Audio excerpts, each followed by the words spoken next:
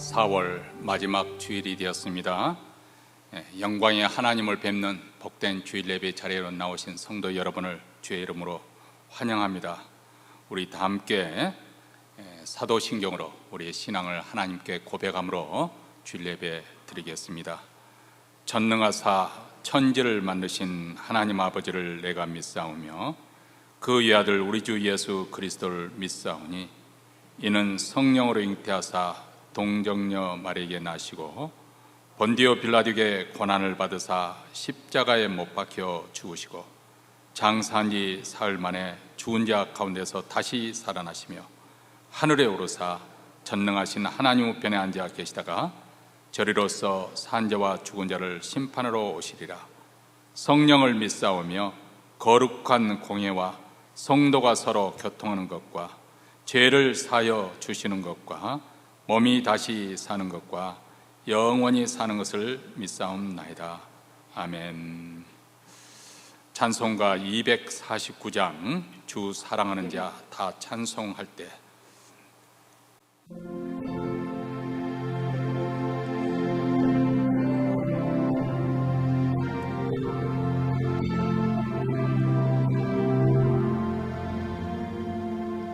주 사랑하는 자 다 찬송할 때에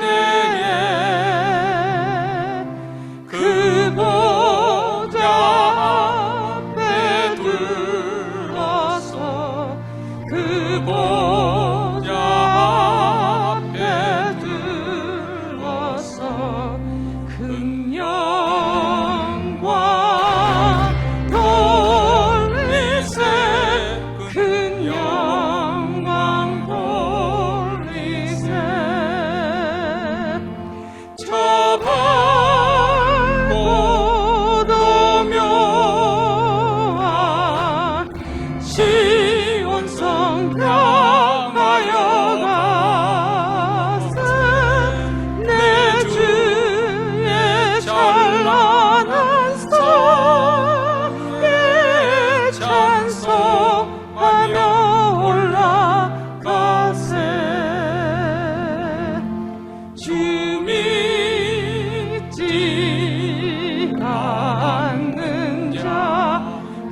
찬송 못하나 전부의 자녀된 자들 전부의 자녀된 자들 그 기쁨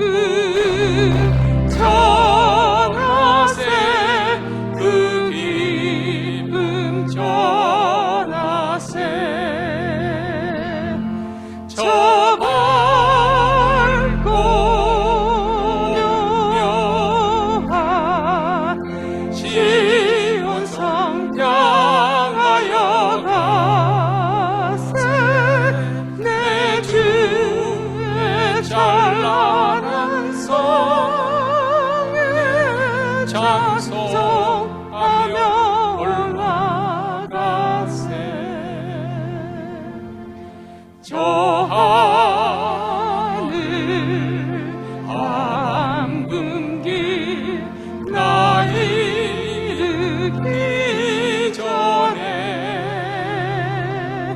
시온 성원 거 위에서 시온 성원 위에서 수많은 천사들 날 인도하리라.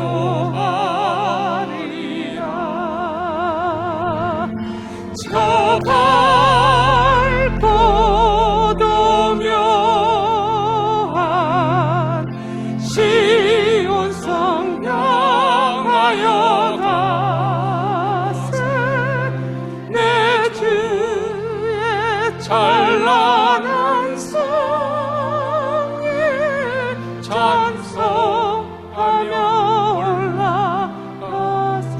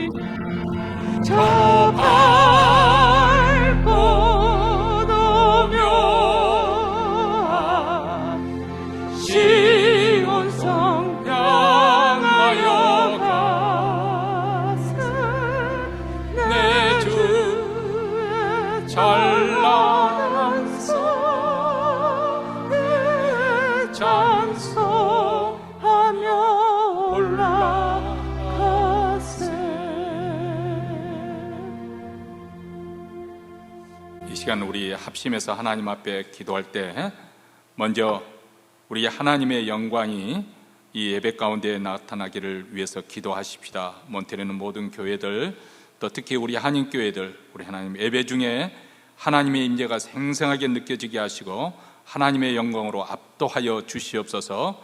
주님의 만나는 흔적을 안고 집으로 돌아가기를 원합니다. 위대하신 하나님을 경험하는 그런 예배가 이루어질수록 주여 영광을 나타내 주시옵소서. 두 번째로는 주의 교회가 하나님 새롭게 하시고 각성시켜 주셔서 놀라운 부흥을 경험하기를 원합니다.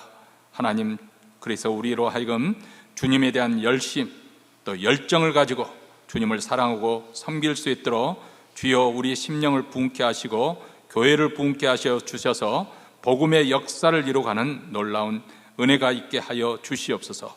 교회 부흥을 위해서 기도하십시다. 세 번째로는 또 우리 자신 또 우리 가정 간절히 소원하는 기도 제목을 자녀를 위해서든지 또 우리 진로 장래 소원을 위해서든지 또 영적인 필요를 위해서든지 그리고 특별히 아픈 성도들 우리 위해서 기도하십시다. 암투병하고 있는 분들, 수술의 회복을 기다리고 있는 분들, 지금 이 시간에 또 중환자실 ICU에 있는 우리 미스터 패트릭 씨, 정미숙 집사님 남편을 위해서 또 위해서 기도하십시다.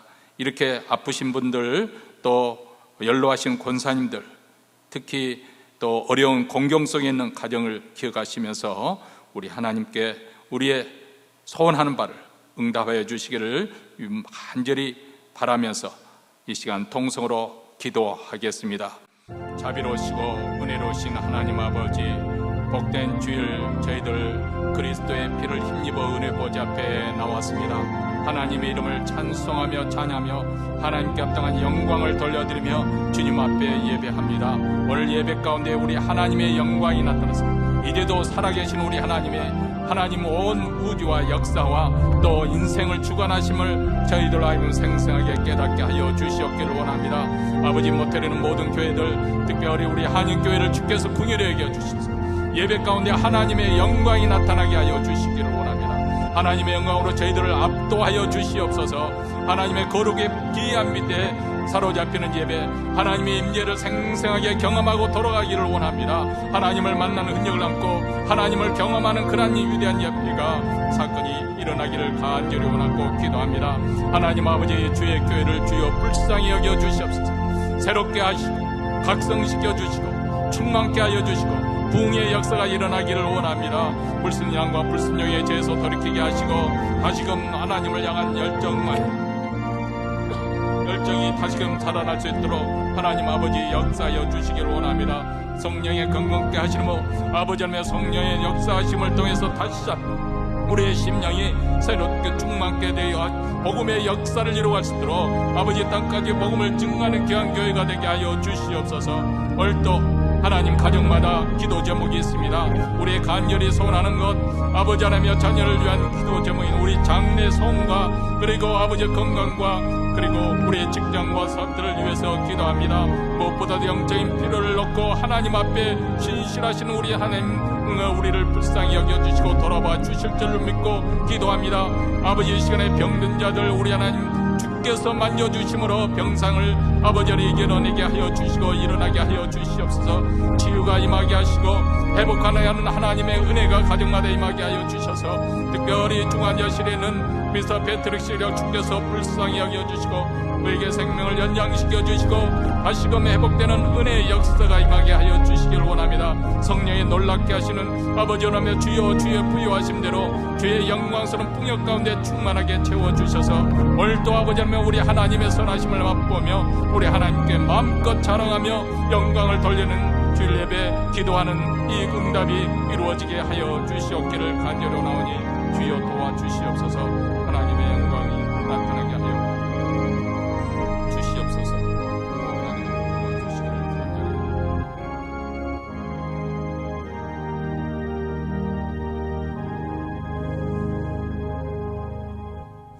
하늘에 계신 우리 아버지여, 이름이 거룩히 여김을 받으시오며 나라의 임하옵시며 뜻이 하늘에서 이룬 것 같이 땅에서도 이루어지이다.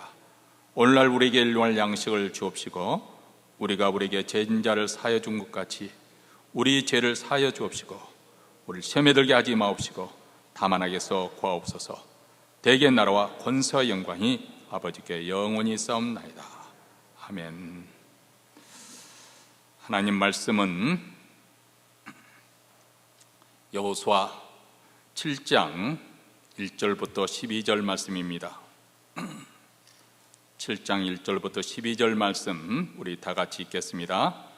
이스라엘 자손들이 바친 물건을 인하여 범죄하였으니 이는 유다 집파 세라의 중손 삽디의 손자 갈미의 아들 아간이 바친 물건을 취하였습니다.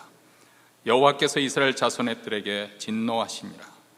여호수아가 여리고에서 사람을 베델 종편 베나이 곁에 있는 아이로 보내며 그들에게 일러 가로되 올라가서 그 땅을 정탐하라 하매 그 사람들이 올라가서 아이를 정탐하고 여호수아에게로 돌아와서 그에게 이르되 백성을 다 올라가게 말고 2-3천 명만 올라가서 아이를 치게 하소서.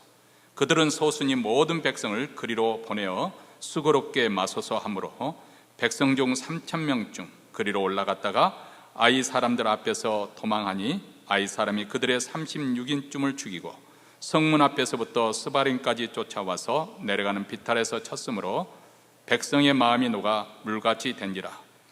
여호수아가 옷을 찢고 이스라엘 장로들과 함께 여호와의 궤 앞에서 땅에 엎드려 머리에 티끌을 무릅쓰고 저물도록 깃다가 여호수아가 가로되 슬프도소이다. 주 여호와여 어찌하여 이 백성을 인도하여 요단을 건너게 하시고 우리를 아모리 사람의 손에 붙여 멸망시키려 하셨나이까. 우리가 요단 저편을 조교하게 여겨 거하였다면 좋을 뻔하였나이다.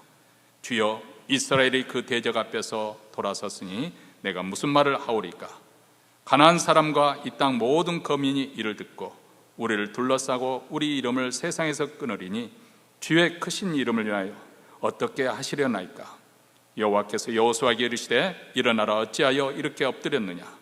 이스라엘 범죄하여 내가 그들에게 명한 나의 언약을 어기었나니 곧 그들이 바친 물건을 취하고 도적하고 사기하여 자기 기구 가운데 두었느니라. 그러므로 이스라엘 자손이 자기 대적을 능치 당하지 못하고 그 앞에서 돌아섰나니 이는 자기도 바친 것이 됨이라. 그 바친 것을 너희 중에서 멸하지 아니하면 내가 다시는 너희와 함께 있지 아니하리라. 아멘.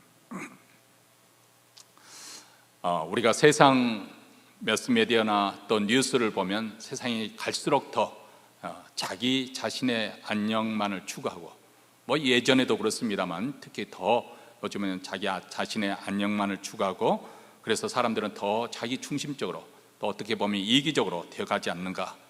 또 굉장히 물질적 눈에 보이는 물질이 전부인 것처럼 그뿐만 아니라 굉장히 쾌락적이고 자극적인 것들, 그래서 스포츠를 즐기고 또 한국에서는 소위 말하면 먹방이 이 세계 공용어가 됐지 않습니까?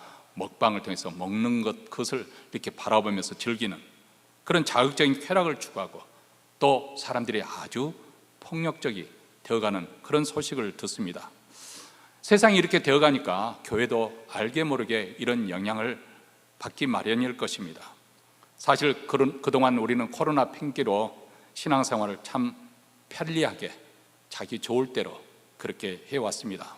물론 어쩔 수 없는 그런 의학적인 그 사실 앞에서 우리가 잠시 예배를 또 중단했거나 또 제한을 받았거나 아니면 다른 방식으로 예배를 온라인으로 듣는다든지 이렇게 하지 않을 수 없었습니다만은 어쨌든 이렇게 오랜 기간 우리가 쉬다 보니까 다시 신앙에 불을 붙이는 것이 쉽지 않죠. 특히 이제 연로하신 우리 고령의 권사님들 같은 경우는 다시 신앙에 불을 붙인다는 것이 또 그때쯤이면 사실 그냥 조금이라도 아무런 거치장 없이 편하게 살고 싶은 것이 또 인간 자연적인 그런 때가 아닐까 싶습니다. 어쨌든 신앙생활을 다시 열심을 내서 해보려고 하지만은 이 몸이 그동안 2년 동안 푹 쉬다 보니까 다시 움직이기가, 다시 교회 봉사하기가 다들 주저하게 되고 또 두려워하게 되는 거예요. 그러면서도 또 교제하는 것이 다 그리워서 지난주 우리가 부활절 예배 끝난 다음에 또 친교를 나눌 때 우리 권사님들과 또 일부 집사님이 도우셔서 육개장을 아주 맛있게 준비해서 아주 즐겁게 그동안 못했던 그 교제를 나누면서 기쁘게 이렇게 함께 식사를 하는 시간을 가졌습니다. 이제 5월이 되면 우리가 한 달에 2번 정도로 이렇게 우리가 시작하려고 권사님들이 조를 짜고 또 우리 재직들이 거기에 동참을 해주시면 이렇게 순조롭게 잘 진행이 될 거라고 생각이 되어집니다. 자, 어쨌든 세상이 그러다 보니까 또 지금 상황이 그러다 보니까 우리도 우리 자신도 모르게 우리 자신의 그 편리한 대로 또 편안하게 그렇게 안락하게 살고 싶어하는 그런 흐름에 살기 쉽습니다. 그런데 우리 세상 사람들로부터 우리 믿는 이들은 이런 세상 풍조와 구별되어 살도록 우리가 부르심을 받지 않습니까? 우리는 우선 하나님의 은혜를 받은 자들입니다. 구원의 축복을 받았고 그래서 하나님 백성이 됐고 하나님 나라를 유업으로 받은 사람들입니다. 또 이를 위해서 우리는 거룩을 위해서 살도록 부르심을 받았습니다. 그래서 우리는 거룩을 향해서 이 변화를 위해서 우리는 꾸준히 우리는 성장해 가야 하는 것이고 성숙되어야 하는 것이죠. 또 필연적으로 그렇게 되어질 수밖에 없는 이유는 예수 그리스도를 구주로 믿는 우리 모두에게 하나님께서 하늘의 생명, 이 영생을 우리에게 주신 것이죠. 우리가 죽어서 영생을 누리는 것이 아니라 살아있을 때부터, 예수를 믿을 때부터 이 영생의 그 삶이 이미 하나님의 나라 통치가 이루어지고 하나님 나라의 그 통치 속에서 하나님이 함께해 주시는 그 복락을 누리며 사는 것입니다. 여러분, 이 하늘의 생명, 하나님의 생명이 우리 안에 있다는 것은 이 생명 자체는 살아있다는 것도 아닙니까? 살아있으면 어떤 방식으로든지 살아있음을 표현하기 마련이지요. 그것이 아무리 민물이라 할지라도 살아있기만 하면 사는 방식을 표현합니다. 점점 성장할 것이고 또 성숙해 갈 것이고 그리고 열매를 맺게 될 것입니다. 이것이 생명의 표현입니다. 네, 예수 믿는 우리 모든에게 우리 하나님께서 하나님의 생명, 이 하늘에 속한 생명을 주셨습니다. 요한일서 5장 12절에 보면 아들이 있는 자에게는 생명이 있고 하나님의 아들이 없는 자에게는 생명이 없느니라 이렇게 말씀합니다. 우리 하나님은 거짓말을 하시는 분이 아니시죠. 그런데 하나님의 말씀에 의할 것 같으면 아들이 있는 자, 즉 주 예수 그리스도를 믿는 자에게는 생명이 있다고 그렇게 말씀을 하십니다. 생명을 주셨습니다. 베드로후서 1장 3절에서도 동일한 말씀을 하십니다.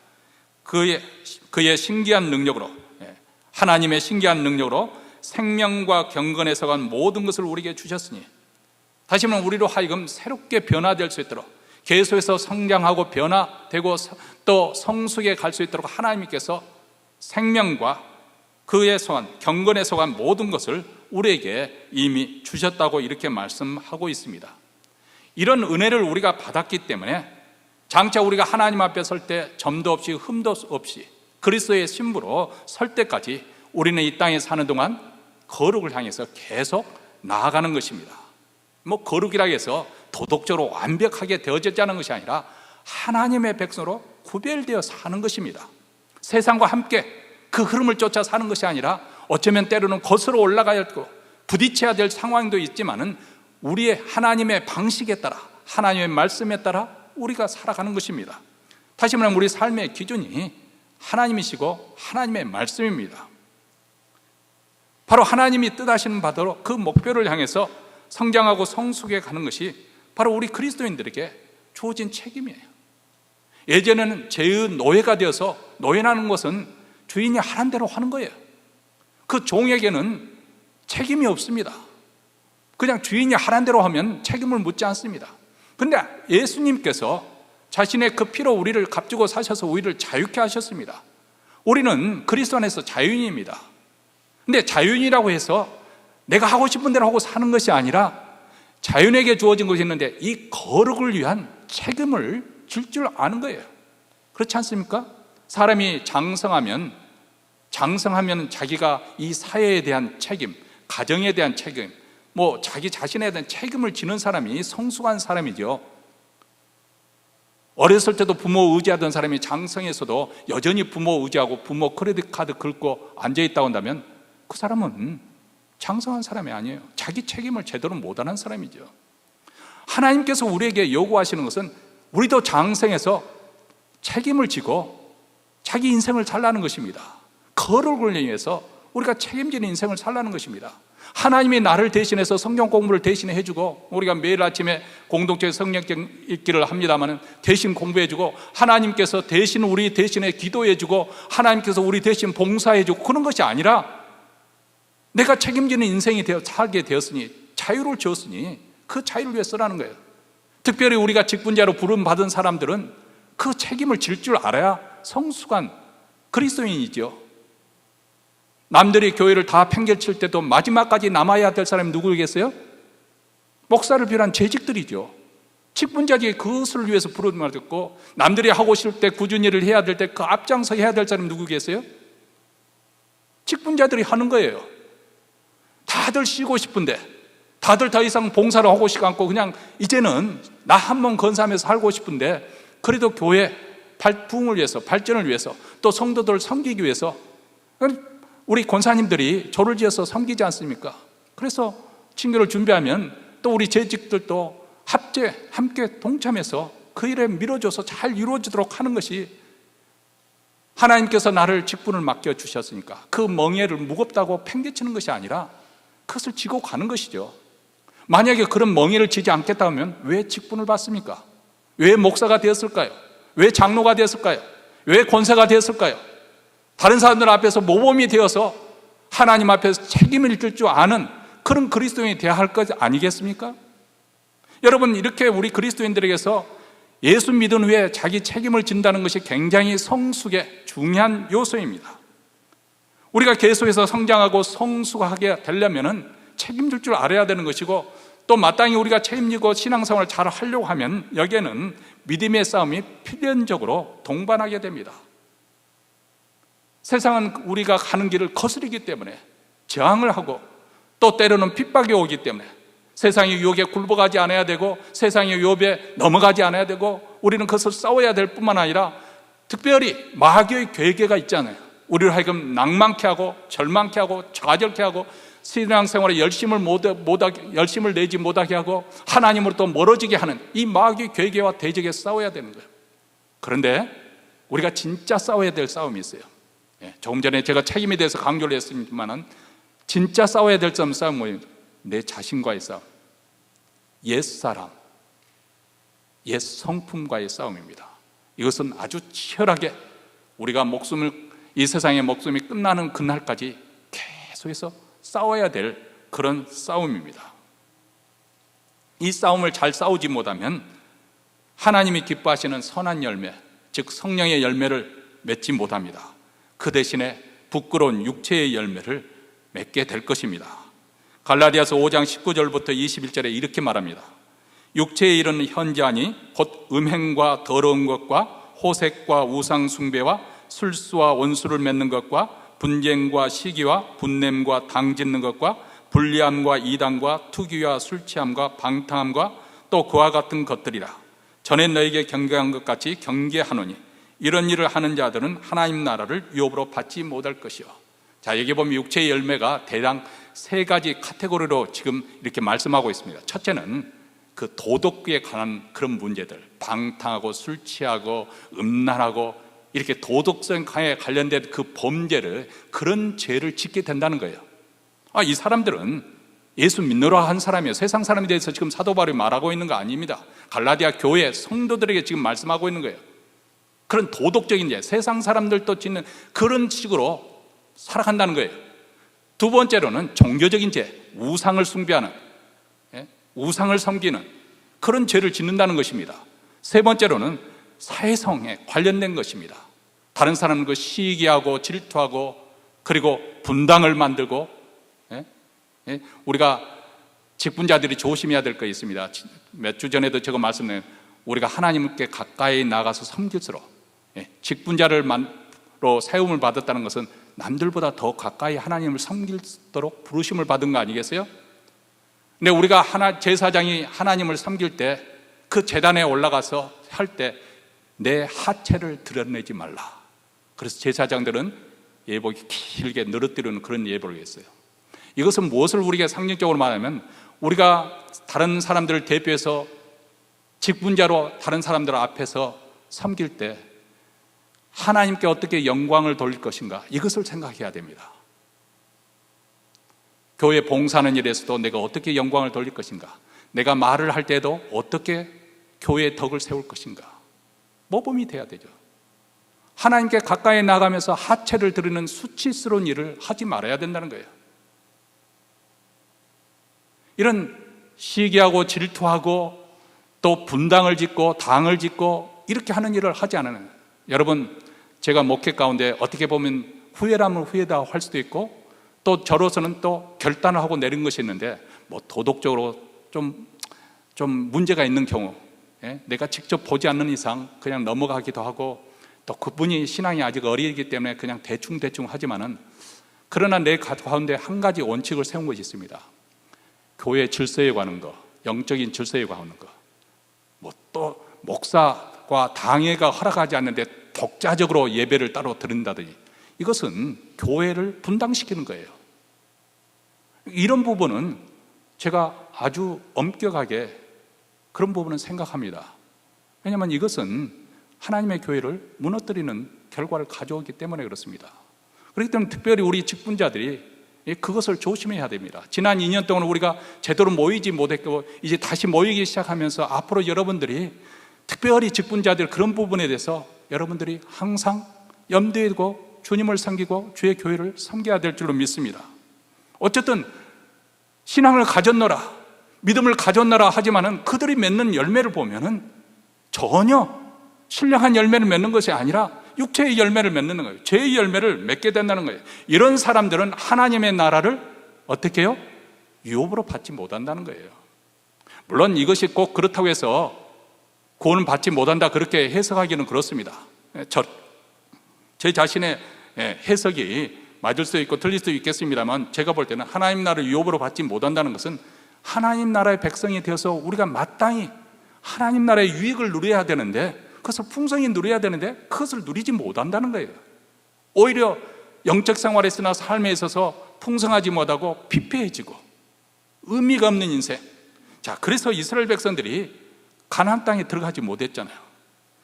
이스라엘 백성들이 가나안 땅에 배회하기 위해서 출애굽한 거 아니에요. 하나님께서 출애굽을 시킨 것은 그들로 하여금 약속의 땅 가나안 땅에 들어가도록 하기 위해서 그들을 출애굽하도록 하신 것입니다.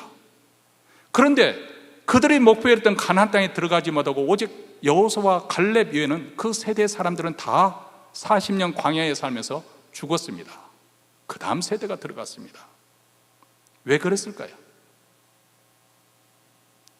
뭐 가나안 땅에 들어가지 못하고 광야에서 배했다 해서 그들이 하나님 백성이 아니고 구원받지도 못하고 그랬다는 것은 뭐 그럴 수도 있고 그렇지도 않을 수도 있습니다만, 그러나 적어도 하나님이 약속하신 그 안식, 그 약속의 땅에 들어가 그래서 하나님이 주시는 그 풍성함을 누리지 못하게 되었다는 것입니다. 자, 이것이 주는 상징성은 무엇이냐면, 우리가 구원을 받아서 예수 믿는 그리스도인이 되었을는지 모르지만은 하나님 나라의 부요함과 풍성함에 참여하지 못한다는 거예요.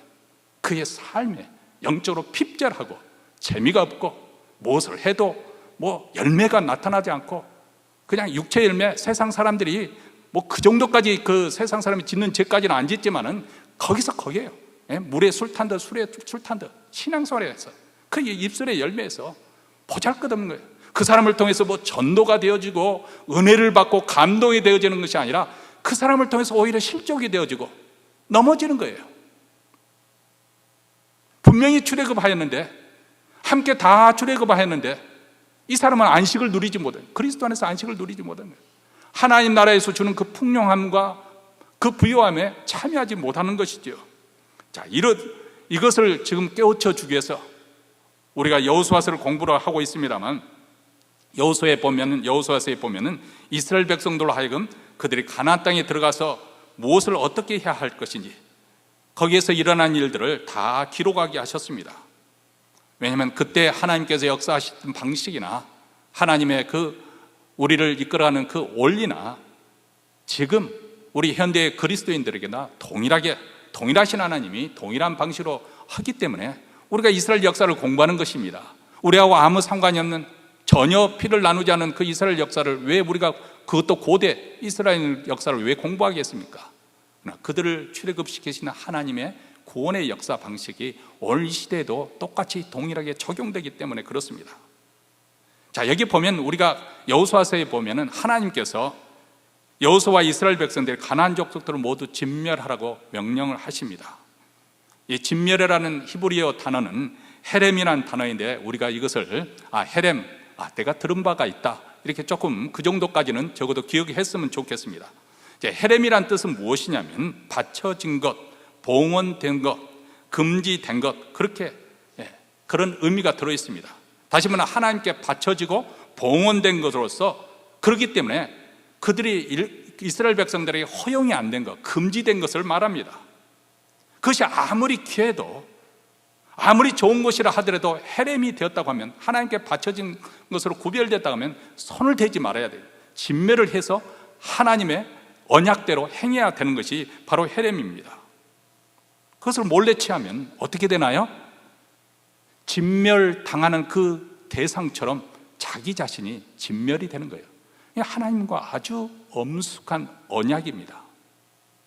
물론 우리 현대인들에게는 가나안 족속 남녀노소는 물론하고 갓난 아기까지 진멸하라고 명령하신 것을 이해하기 어렵죠. 너무 잔혹하다, 잔인한 것이 아닌가, 왜 하나님께서 그렇게 잔혹한 일을 명령하셨을까? 저는 하나님의 신학적인 지식이 짧아서 거기서 해명하려고 지금 할 실력도 없고 해명하고 싶지도 않고, 또 수많은 학자들이 이 부분을 조금 어떻게 해소시켜 보려고 좀 현대인의 입맛에 맞게 또 이렇게 해석을 새롭게 하기도 했습니다만, 그러나 그것은 또 다른 면에서 해석이 필요한 것이고, 제가 드릴 말씀은 이 진멸하라는 헤렘이라는 것은 하나님의 구속자의 성취 과정 속에서 아주 기쁜 뜻이 담겨 있습니다. 왜 그런 것인가? 만약 이스라엘 백성들이 하나님의 명령에 순종하지 않고 현실에 타협해서 가나안 족속들과 적당히 너무 싸움에 지쳤다, 이제는 그만하고 싶다, 전쟁 지긋지긋하다, 피냄새 그만 맡고 싶다, 우리 중에서도 누구 죽고 나도 죽고 싶지 않다. 사실 나중에 보면 여호수아서에 보면 이스라엘 백성들이 그렇게 해서 전쟁이 점점 이렇게 의욕이 상실되고 그냥 가나안 족속과 적당히 함께 살려고 하는 그런 그 경향이 농후하게 나타납니다. 자, 그렇게 되면 필경은 어떻게 될까요? 필경 그들은 이 가나안 족속들의 악한 풍습, 음란한 그 풍조에 빠져들게 될 것이다. 하나님께서는 이미 그래서 계속해서 모세 때부터 설교를 여러 차례 신명기를 통해서 경고를 하셨습니다. 그리고 사실 이스라엘 역사에 그렇게 되었지요. 그 결과로 그들은 국가가 패망을 했고, 그리고 타국으로 포로가 돼서 끌려갔습니다. 왜 그렇게 됐을까요? 그 가나안 땅은 하나님께서 주시는 약속의 땅, 다시금 하나님의 나라를 건설해야 될 땅이에요. 그런데 하나님의 나라를 건설하기 위해서 가나안 족속들을 진멸하고 쫓아내고 그들이 들어가 살았는데, 그들이 가나안 족속과 똑같은 풍습을 답습하고 있는 거예요. 한마디로 하나님 백성다운 하나님 나라에 살만한 자격을 상실한 것입니다. 그래서 하나님께서 그들을 쓸어내신 것입니다. 여러분, 우리도 마찬가지입니다. 우리가 구원받은 이후에 계속 믿음의 선한 싸움을 싸우면서 우리가 전진해 가야 됩니다. 뒤를 돌아볼 것이 아니고 앞을 바라보면서, 우리의 목표는 그리스도입니다. 전진해 가야 싸워야 되는, 그래야 우리는 믿음에서 후퇴하지 않고 파선하지 않습니다. 그런데 우리가 싸워야 될 중요한 싸움이 있어요. 바로 우리 안에는 가나안 족속들이 우리 안에 웅크리고 진을 치고 견고한 성을 두고 영투림을 하고 있기 때문에 이 싸움이 만만한 싸움이 아니라는 거예요. 우리의 옛사람, 옛 성품이 바로 가나안 족속들입니다. 이 온주민을 내쫓아야 해요. 자기가 주인 노릇을 하고 있는 이 온주민들을, 아주 악한 우리 성품에 나오는, 부패한 성품에서 나오는 이 악한 악독한 이 죄성을 쫓아내야 되는 거예요. 근데 그것을 적당히 싸우다가 아이고 지쳤다, 이제 내가 나이가 이 정도 됐는데 더 이상 신앙생활 열심히 한다면 무슨 보람이 있을 것인가, 타협을 해버리면은 그 사람은 결국 가나안 땅에 들어가지 못하고 가나안 땅에 주시는 안식을 누리지 못할 거라는 거예요. 다시 말하면 이 땅에서 살기는 믿는 자로서 구원은 받았을는지 모르지만은 하나님 나라의 풍성함과 부유함을 누리지 못할 것이랍니다. 그렇기 때문에 우리가 옛사람과 싸우되 진멸하기까지, 예수님 외에는 그렇게 완벽하게 싸울 사람이 누가 있겠습니까? 말한 그렇게 최후까지 싸워야 된다는 거예요.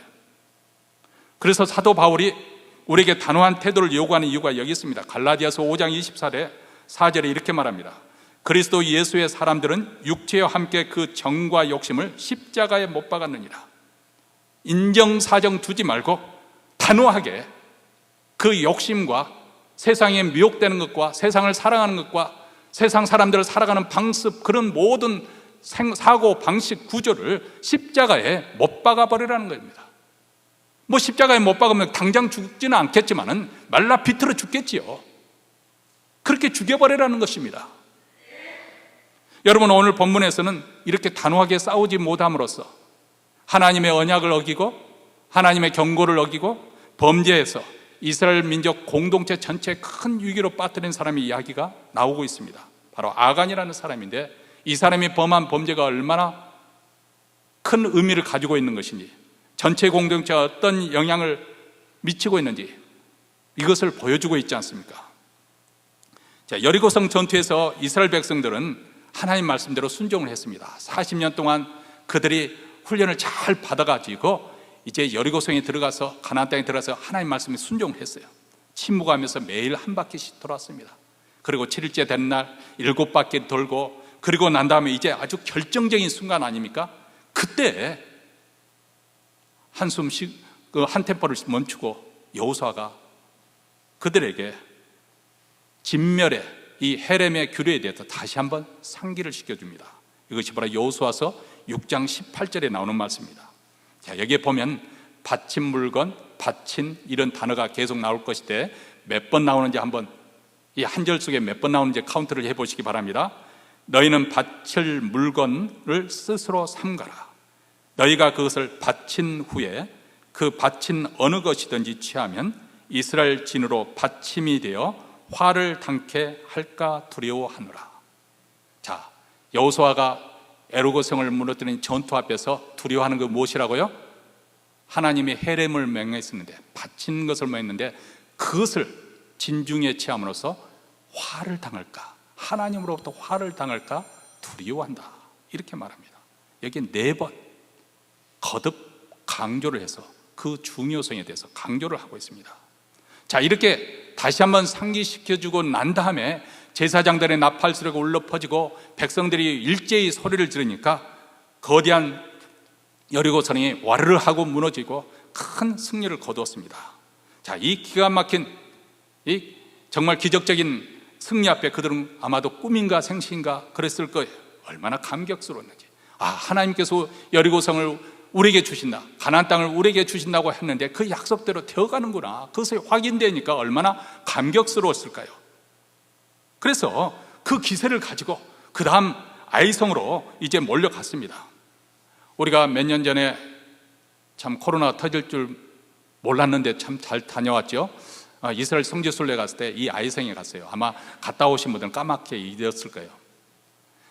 어디냐면은 여러분들이 시험산에 갔었죠. 예수님의 사실 굶주릴 때 그 우리가 직접 가보지는 못하고 멀리서 봤지 않습니까? 그곳에서 뭐 팔레스타인 사람들이 파는 가게에 들어가서 뭐 비누도 사고, 여러분들도 선교사님이 이 사람들을 좀 사주는 게 좋겠다 해서 여러분들이 많이 선물용으로도 사고 그랬었는데, 그 시험산을 멀리서 보고 난 다음에 다시 거슬러 올라가서 그 시험산에 있는 건너편 산 위에 능선에 있는 돌이 좀, 돌덤이 좀 흩어져 있는, 좀 우리 보기에는 정말 별로 뭐 유적이라고 볼 수가 좀 어려운 그런 그 성터 흔적을 봤을 거예요. 뭐 성태도 대단한 성터도 아니었어요.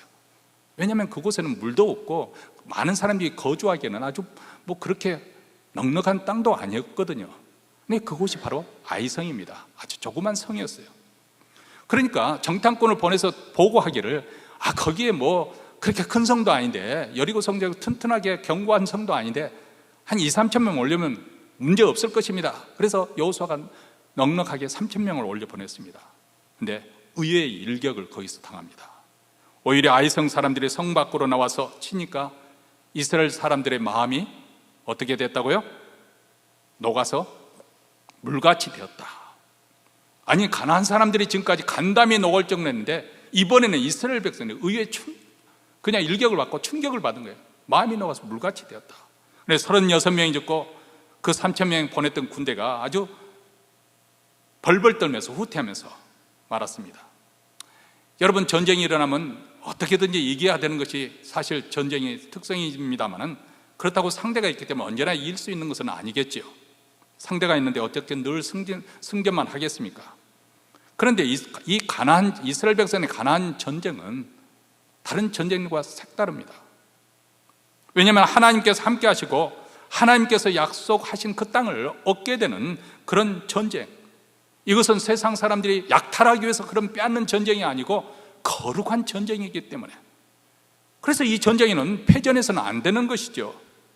뭐 군사력이 많아서, 훈련된 군사가 많아서 승전을 기대할 수 있는 것이 아니라 애굽에서 그들을 탈출시키신 여호와 하나님, 광야에서 40년 동안 생존케 하시는 그 하나님, 또 요단강을 건너게 하고 홍해를 건너게 하시는 그 하나님께서 그들과 함께 하시기 때문에, 사실 이것 때문에 가나안 족속들이 소문만 듣고 저들의 간담이 다 녹았다고 말하지 않습니까?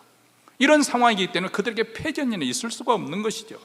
만약 이 전투에서 패전한다면 이것은 하나님께서 더 이상 그들과 함께하지 않는다, 와 봐라, 여호와 하나님이 저들과 더 이상 함께하지 않는구나, 이렇게 생각할 것든지, 아니면 저들의 성경은 여호와 하나님이 우리 신보다, 우리 소신보다 더 힘이 없어서 그런다, 그렇게 소문이 쫙 퍼지게 될 거 아니겠습니까?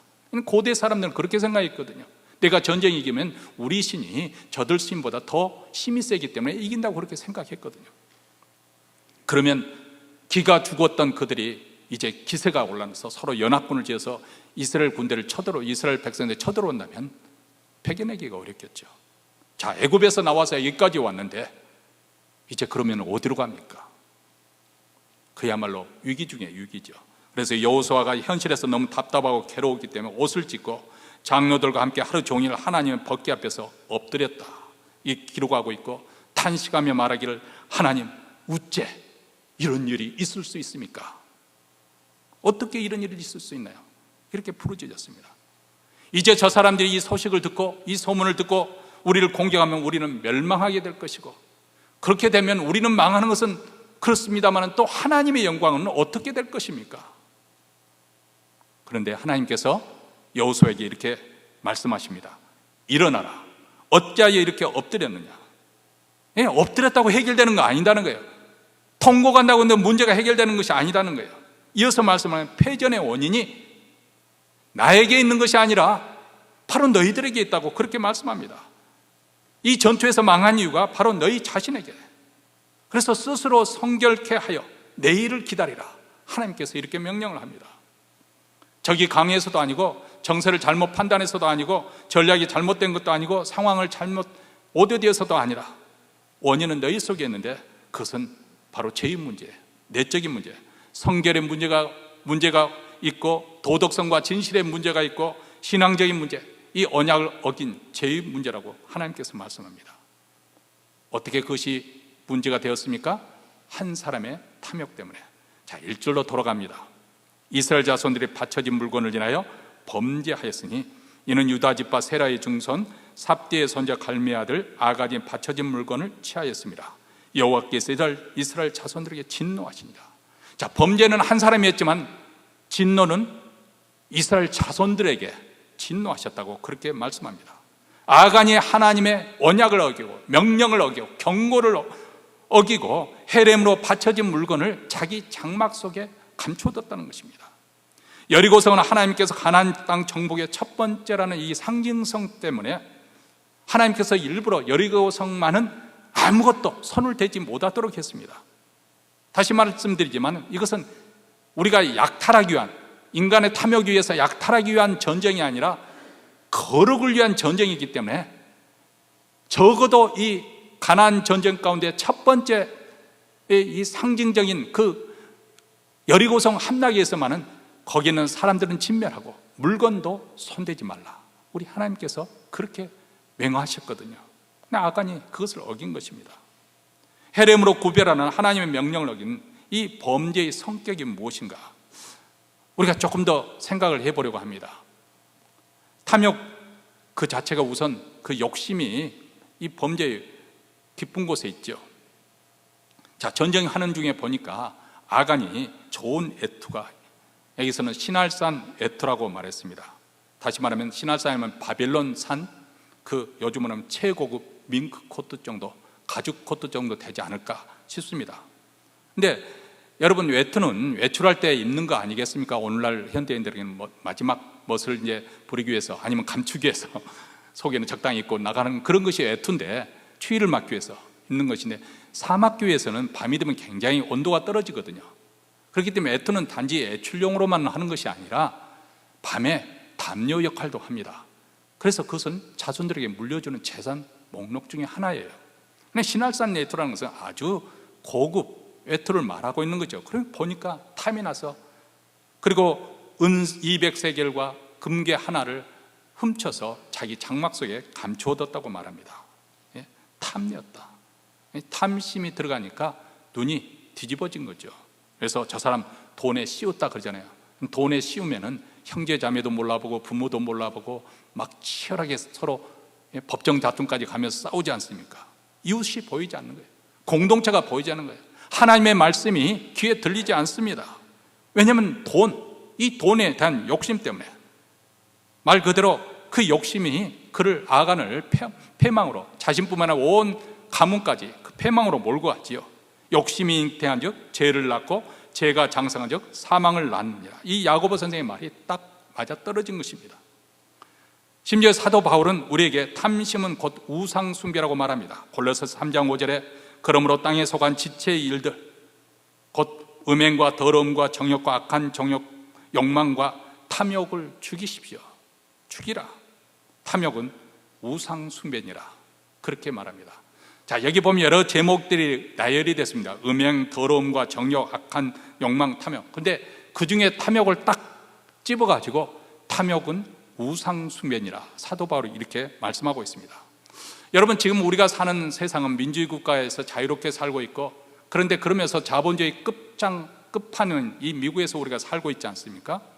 아주 물질 만능주의가 팽배한, 지금은 공산주의 국가나 민주주의 국가나 할 것 없이, 자본주의 할 것 없이 다 물질이 최고인 그런 세상에 살고 있습니다. 아니, 어쩌면 탐욕이 정당화되나, 저 사람은 참 꿈이 야무진 사람이야, 젊은 사람인데 벌써 밀리언어들을 만들고 말이야, 더 큰 재산을 이루려고 참 꿈이 야진 사람, 야망 있는 사람이다. 저 사람은 참 근면한 사람이야. 저 사람은 참 성실한 사람이야. 저 사람은 저렇게 노후 준비를 잘 준비를 하고 있어. 다 칭찬하는 말이죠. 저는 이것이 지금 잘못됐다고 말씀드리는 거 아닙니다. 우리 믿는 사람들도 열심히 살아야 되죠. 노후 준비도 할 수만 있다면 잘 준비를 해야 되는 거죠. 우리 세대까지는 그것에 대한 개념을 우리가 선배로부터 못 배웠거든요. 원래 또 예전에 우리 선배들은 굉장히 가난하고 힘들었으니까, 우리야 그래도 정말 말 그대로 밥숟개나 먹도록 그렇게 교회에서 다 대우를 해주고, 아니 이 말도 함부로 해서는 안 될 것 같아요. 왜냐하면 미국에 있는 교회가 우리 교회 정도 되려면 20%, 나머지 절반 이상 되는 교회가 제대로 운영이 되지 않아서 어려운 그런 상황이라는 것을 저도 알고 있기 때문에, 어쨌든 이런 식으로 미화되는, 포장이 되는 그런 시대에 우리가 살고 있습니다. 그러다 보니까 이 탐욕의 문제는 자기 문제가 아닌 줄 알아요. 그러나 여러분, 곰곰이 우리 자신을 생각해 보십시오. 우리가 늘 돈 문제 때문에, 노후 문제 때문에 돈 하면서 불안해하고 염려하고, 또 잘 나가는 사람 보면 시기하고 질투하고, 또 나도 저렇게 부자가 되었으면 좋겠다, 그런 욕심을 부리고, 이게 바로 돈의 노예가 된 사람입니다. 내가 인정만 안 했을 뿐이지 나도 이미 돈의 지배를 받는 사람들이에요. 하나님보다 돈을 더 섬기는 것이죠.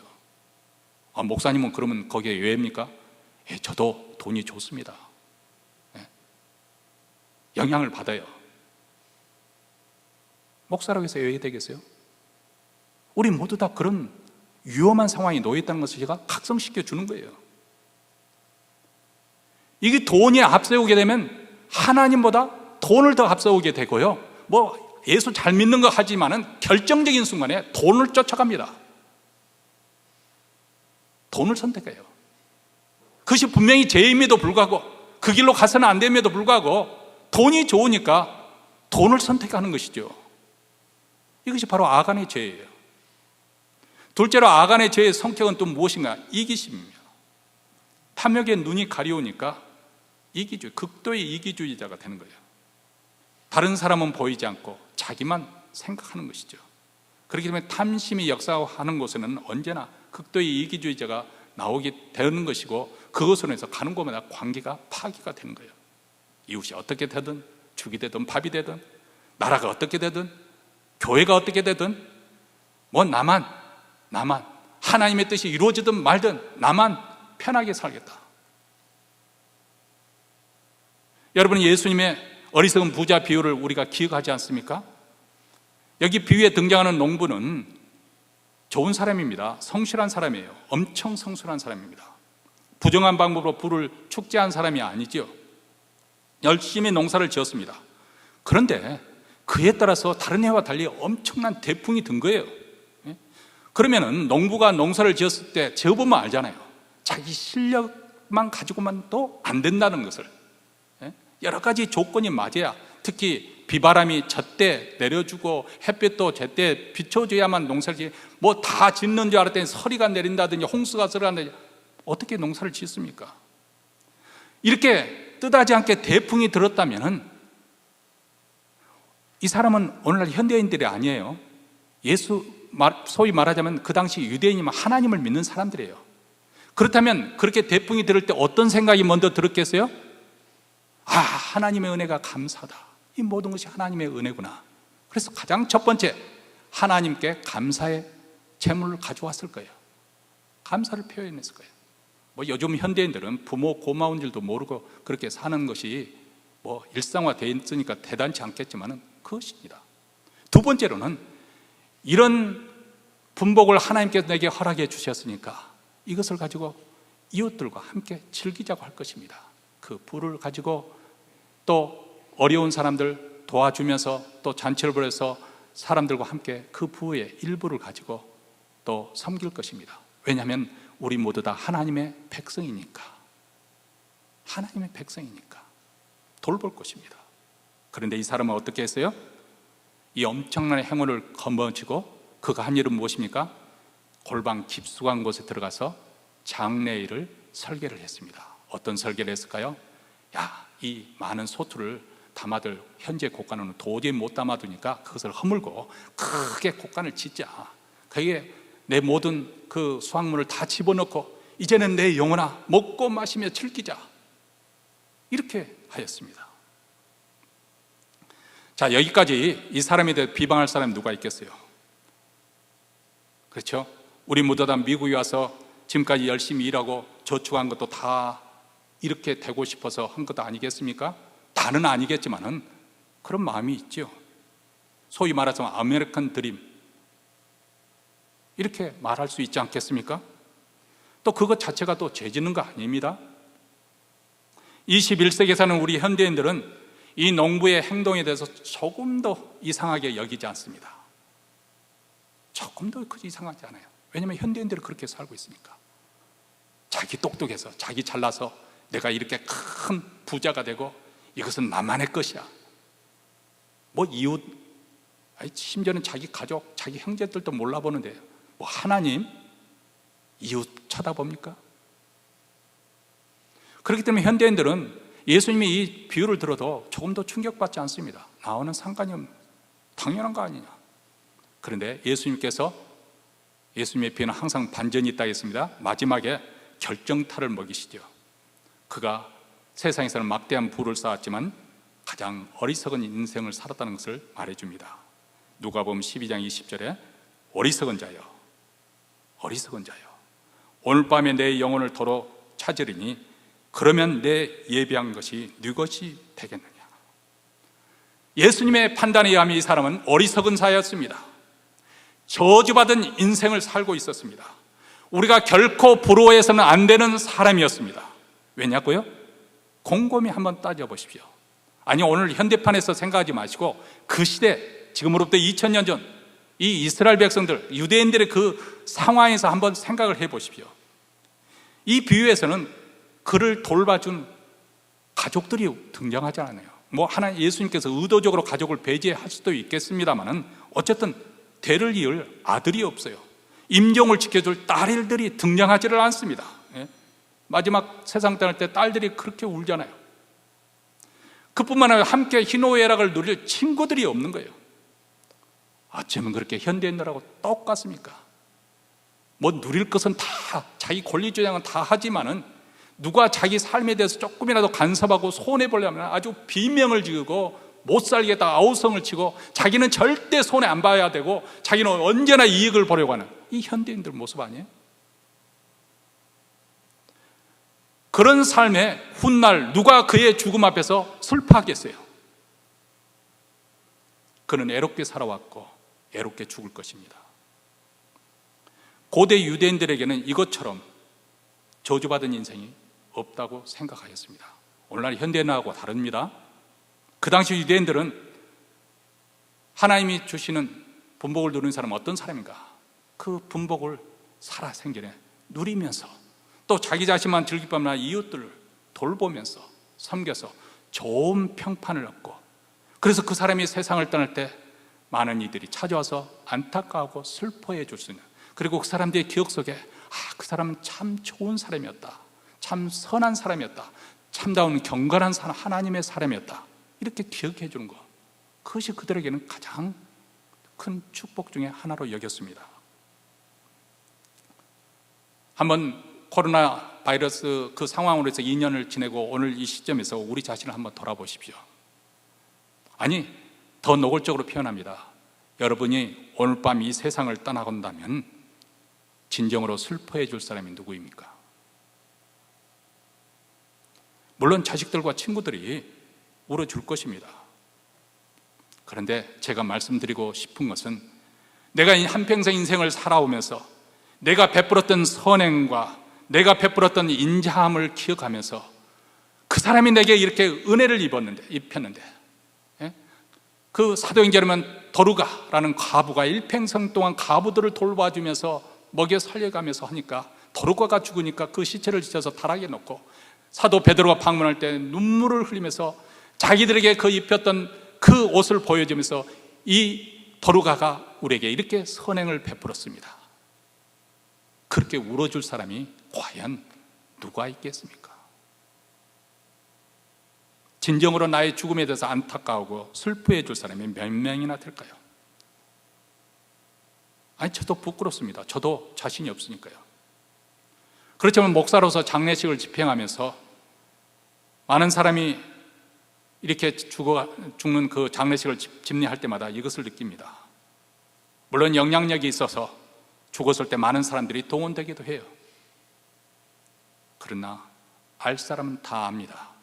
그것은 인사치레로 체면상 와준 뿐이라는 것, 진정으로 그분의 죽음이 안타깝고 슬퍼해서 오는 것이 아니라는 것을 저도 알고 여러분도 압니다.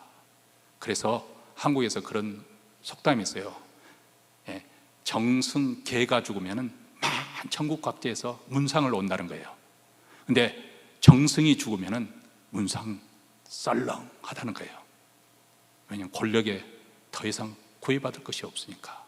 그 사람이 살아생전에 권력을 할 때는 개가 죽었다는 소문에도 와서 그렇게 와서 문상을 표하지만은 정작 권력을 잡은 그 사람이 죽었을 때는 아무도 찾아오지 않는다는 거예요. 그래서 예수님께서는 자기중심적이고 이기적인 삶을 살았던 사람을 단호하게 결론을 내리시죠. 자기를 위하여 재물을 쌓아두고 하나님께 대하여 부여치 못한 자는 이와 같으니라. 자신을 위해서는 재물을 많이 쌓았지만 실상은 그는 가난한 자였고 불행한 자였고 애로운 자였습니다. 여러분, 아간이 범죄한 이 탐욕적이고 이기적인 죄는 결국 공동체를 무너뜨립니다. 아간의 한 사람의 죄로 그치는 것이 아니라 이스라엘 전체의 죄로 여기셨지요. 그래서 1절에서 이스라엘 자손들이 하나님께 바쳐진 물건을 대하여 범죄하였으니 이렇게 표현하고 있지 않습니까? 그리고 아간은 한 사람이 범죄하였지만 이스라엘 자손의 전체에 하나님께서 진노하셨다, 그렇게 말합니다. 왜 그럴까요? 우리는 단순히 핏줄로 엮어진 혈연 공동체가 아니라 예수의 피로 엮어진 하나님의 공동체, 하나님의 백성의 공동체, 이 신앙 공동체이기 때문에 그렇습니다. 그래서 한 사람의 범죄가 이스라엘 전체 전쟁 패배로 이어진 것이죠. 사랑하는 성도 여러분, 하나님께서는 우리를 신앙생활 잘 할 수 있도록 이렇게 공동체, 교회로 불러주셨습니다. 좀 부족한 부분이 있으면 이미 신앙생활 선배로부터 잘 배워가라고. 그렇죠?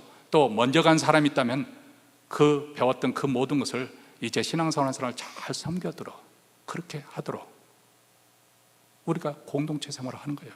그런 과정 속에서 자기 중심적인, 이기적인 그 자아가 꺾여지고 또 자기 욕심을 부렸던, 욕심을 부른 것으로 인해서 자기 자신을 스스로 힘들게 하고 이웃을 힘들게 했던 그 죄악 덩어리인 우리 자신, 그 탐욕의 죄를 발견할 수 있게 하는 것입니다.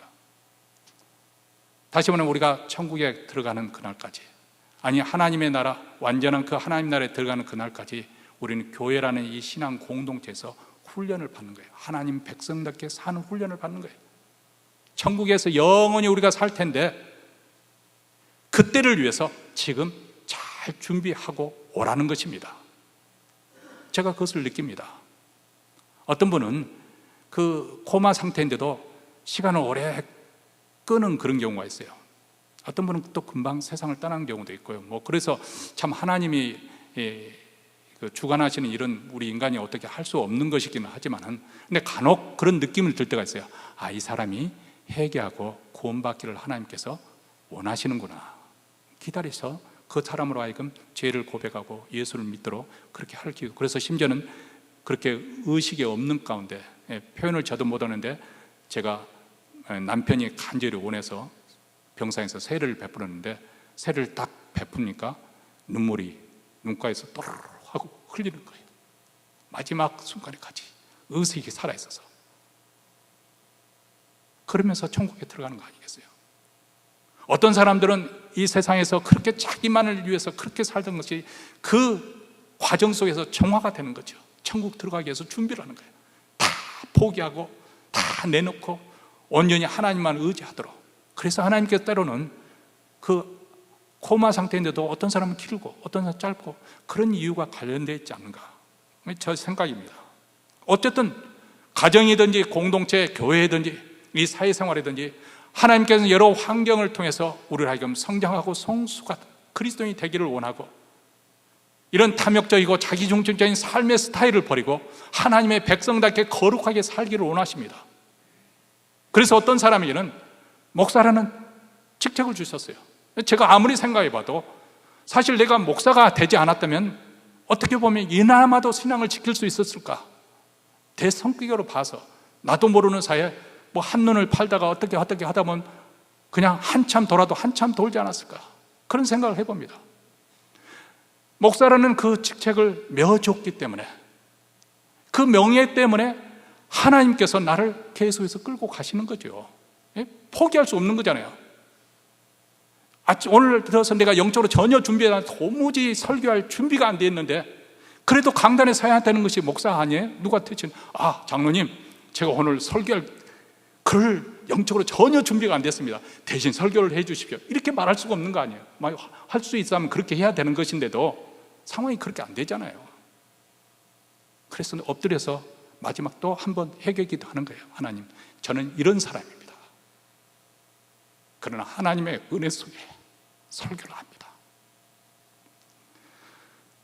우리가 코로나를 지나면서 직분자 여러분에게 맡겨진 직분은 교회가 주는 것 아니에요. 하나님이 여러분에게 맡겨주신 거예요. 어쩌면 하나님께서 여러분을 너무나도 잘 아시기 때문에 그 직분을 맡겨줘서 그것을 멍에로 해서 나르고 하나님께 붙들어 매는 거죠. 떠나지 않도록, 멋대로 살지 않도록. 그런데 그 멍이가 싫다고 벗어다니고 자기 홀홀 날아다니고 싶다? 그래서 이스라엘 백성들이 가나안 땅, 약속의 땅에 들어가지 못한 것입니다. 구원은 받았을지 몰라도 그들은 결국 광야에서 원망과 불평과 불신앙 속에 죄 가운데 죽어갔던 것입니다. 그렇게 되기를 원하십니까? 아니면 여러분 남은 여생이 정말 계속해서 하나님의 부르심에 합당하게 그 거룩을 향해서 나아가기를 원하십니까? 어느 것을 택하시렵니까? 기도하십시다.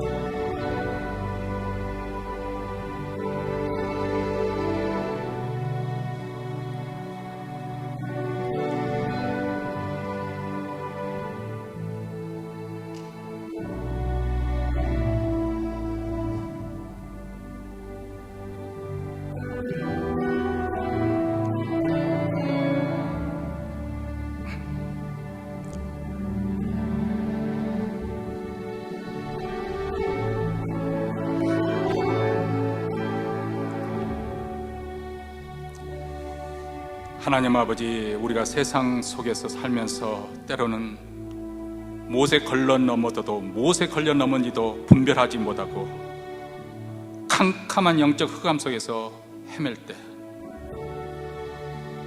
우리 하나님께서 말씀을 주셔서 우리가 가야 할 길, 어느 것이 진리의 길이고 어느 것이 생명의 길이고 어느 것이 축복의 길인지 보여주십니다. 하나님의 말씀은 다림줄입니다.